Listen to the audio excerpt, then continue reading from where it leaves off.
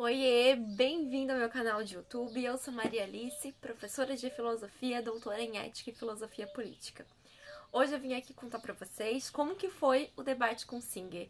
Na última sexta-feira eu postei um vídeo falando quem era o Peter Singer, dizendo que eu estava ansiosa para o debate com ele, e hoje eu quero contar um pouco pra vocês de como foi. Na segunda-feira foi esse debate, e eu assisti de novo, porque na hora eu tava um pouco nervosa e não conseguia, às vezes, né, nem perceber muito bem, assim, o resultado disso. Fiquei preocupada se ele tinha me entendido realmente, sabe assim? E sim, foi ótimo.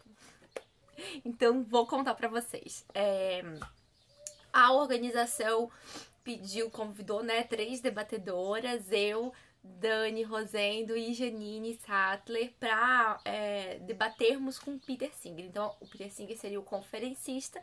Ele fez uma fala de 20 minutos, né, contando como que ele se tornou vegetariano, que ele não tinha noção de como, antes de ser vegetariano, que ele não tinha noção de como era a situação dos animais antes do abate e tudo mais. Foi bem interessante, fez uma fala introdutória, né, dos motivos para serem vegetarianos e relacionando isso também com a ecologia, né, então com o meio ambiente, o quanto a produção animal ela afeta consideravelmente também o nosso meio ambiente, né?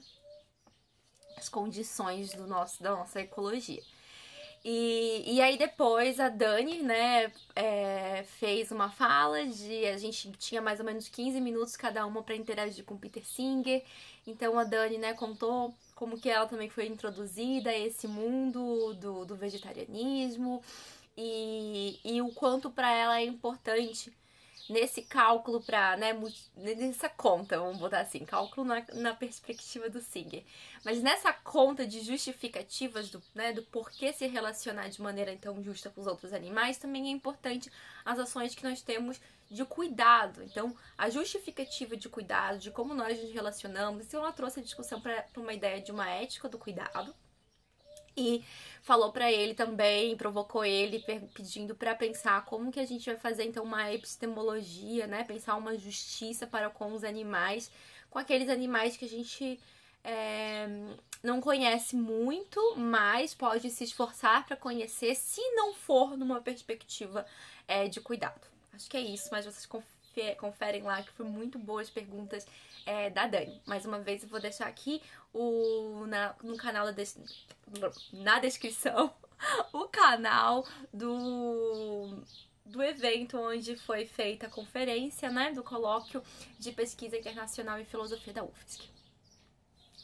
E aí ele respondeu a ela, né, mostrou assim que tinha uma noção de ética do cuidado bem dos primórdios da ética do cuidado, citou Noldins, e aí ela lembrou, realmente tem essas limitações, né, e ele falou, realmente é interessante, né, o Singer falou, realmente é interessante a gente pensar nas relações de cuidado. Então, por exemplo, numa fazenda, quando as pessoas nomeiam, né, um animal, criam uma relação pessoal com ela, realmente não consegue, né, depois comer esse animal, mas para ele essa é uma justificativa fraca, né?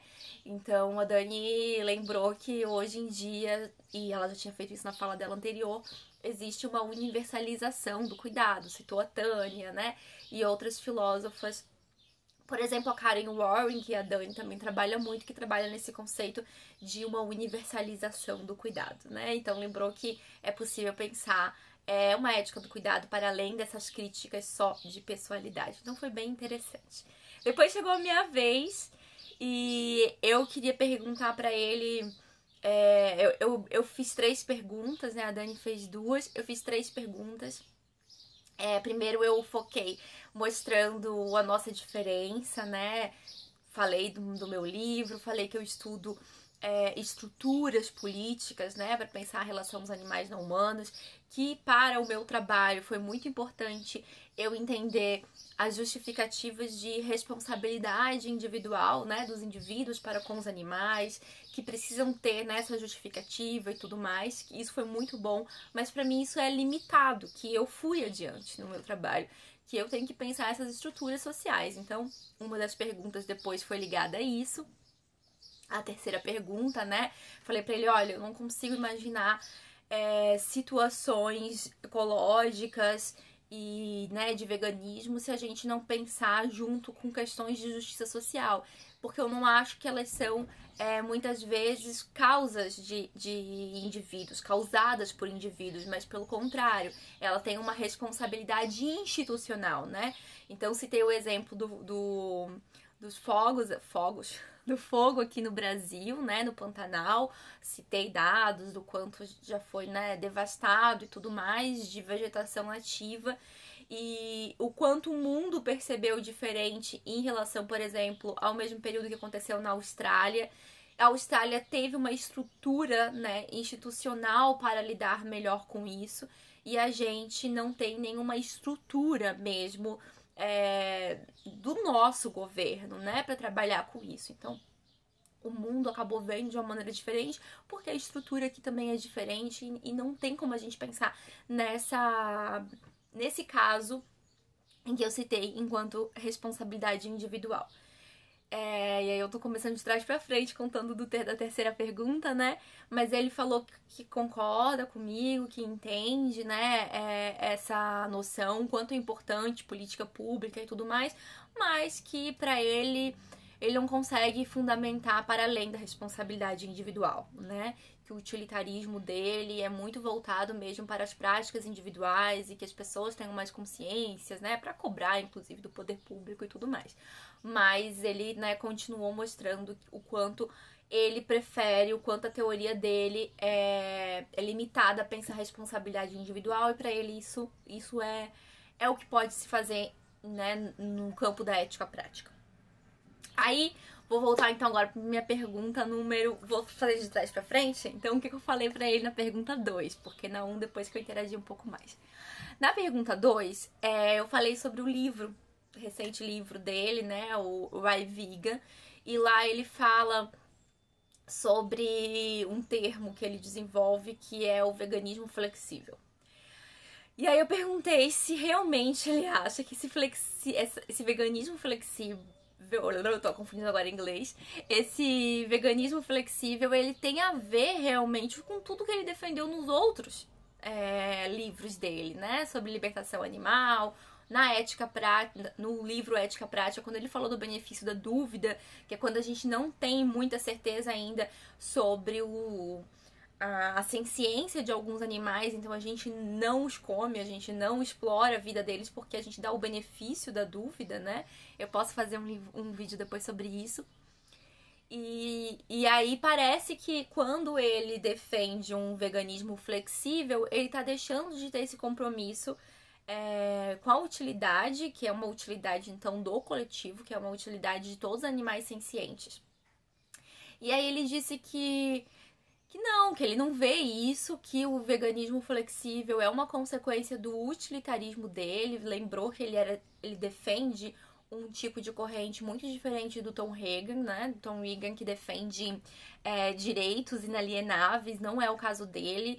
Então, para ele, a ética precisa ser calculada, e que para ele faz muito sentido imaginar esse veganismo flexível porque alguns animais realmente não possuem sistema nervoso central. Enfim, é o caso, por exemplo, das ostras, e ele falou que ele come ostras e tudo mais. E aí, sobre os peixes que eu citei, né, por exemplo, que você falou sobre os peixes, e falou de um abate humanitário em relação aos peixes. E aí ele disse que, bom, sobre os peixes não têm sistema nervoso central, citou o nome, né, da cientista que ele usou no livro, a Vitória, não lembro o sobrenome dela, e mostrando que parece que, né, não tem uma ciência nos animais, enfim. E eu falei pra ele que eu estava um pouco decepcionada. Que eu tava decepcionada e surpresa com esse passo que ele deu, né, na teoria dele, dos primeiros livros, para agora ele defender. Me pareceu um tipo de afrouxamento e uma falta de comprometimento com a utilidade, mas ele acha que não. Para ele é importante fazer essa colocação de que quais são as justificativas que a gente tem, quais são os argumentos que tem. É claro que esse veganismo flexível não nos diria, por exemplo, para comer ovos, nem galinhas, nem porcos, nem vacas, nada, né, do que comumente as pessoas comem, porque isso já tá certo, né, cientificamente, que nós temos justificativas, nós temos alternativas, é muito clara o interesse desses animais. Então, o que estava em jogo ali, segundo ele, era a dúvida sobre o interesse de alguns animais. Então, enfim, essa foi a questão, assim, que pra mim foi um pouco mais incômoda, né? E eu acho que ele também, ele falou, não tenho muito certo ainda sobre isso, como desenvolver isso lá no livro e tal. Mas foi interessante, eu queria muito perguntar isso pra ele e eu fiquei muito grata por essa oportunidade. A outra pergunta, que foi a primeira pergunta que eu fiz a ele, eu contextualizei no seguinte, aí eu falei na minha introdução que eu queria contar pra ele as impressões, assim, que enquanto professora de filosofia, enquanto pesquisadora, eu tenho da obra dele e os meus alunos e os veganos ativistas têm. E aí eu contei pra ele de uma dificuldade que eu tenho na sala de aula, né, em outros espaços, de mostrar para as pessoas o rigor do utilitarismo. Porque muitas vezes as pessoas imaginam que o utilitarismo, ele tem um compromisso, o termo utilidade é um compromisso individual, um compromisso de barganha, de obter algum tipo de vantagem, e não um compromisso com o coletivo. Não é um compromisso imparcial. Então as pessoas confundem, né? Falei pra ele dessa confusão. As pessoas às vezes acabam até confundindo, e aí eu não falei isso, mas confundido com egoísmo ético, né? Então, perguntei pra ele se ele acha que parte das críticas que são direcionadas a ele, e aí eu não... Depois eu pensei em comentar sobre o Francione, mas pensei, acho que não é o momento. E aí eu acho que né, parte, por exemplo, críticas que o Francione fez a ele, é por essa má interpretação do que é o rigor do utilitarismo. E aí ele falou que pode ser, acho que sim, as pessoas têm uma dificuldade realmente de entender o utilitarismo, de entender que a minha posição realmente é diferente, por exemplo, do Dr. Reagan, né, que não defende os direitos e tudo mais, achou interessante a questão, pela maneira como ele falou, não é uma dificuldade, então, só no Brasil que se tem de imaginar o utilitarismo, ele falou que também essa dificuldade, né, Bentham e os outros utilitaristas também passam e tudo mais. Então, depois eu interagi um pouquinho com ele sobre essa pergunta. Eu falei que achava que a dificuldade que as pessoas têm em relação ao utilitarismo não é só sobre o rigor do cálculo, mas também entender que é possível defender uma libertação animal dentro dessa teoria. Porque as pessoas confundem o termo libertação animal com valores absolutos que são defendidos dentro de uma teoria deontológica, por exemplo, mas que isso não é necessário, né? É possível defender uma libertação dentro do utilitarismo. E aí eu queria dar a deixa pra ele dizer que a gente pode falar de uma libertação animal e não necessariamente um veganismo flexível. Mas ele falou que sim, que isso faz sentido. Falei que então a gente deveria estudar mais fundamentação ética. Ele falou que essa é uma possibilidade dessa confusão e que, né, faz sentido mesmo. Mas ele não chegou então a defender, vamos falar mais sobre libertação animal dentro do utilitarismo, né? Porque é uma coisa que ele fez muito nos primeiros livros dele e agora ele tá deixando um pouco... Eu acho que nesse caso agora é deixando um pouco mais frouxo, assim, mostrando que o consequencialismo dele, né, o utilitarismo, precisa ser justificado, precisa dar conta de casos práticos, não tem nada, nenhum valor absoluto que gerido ali, né?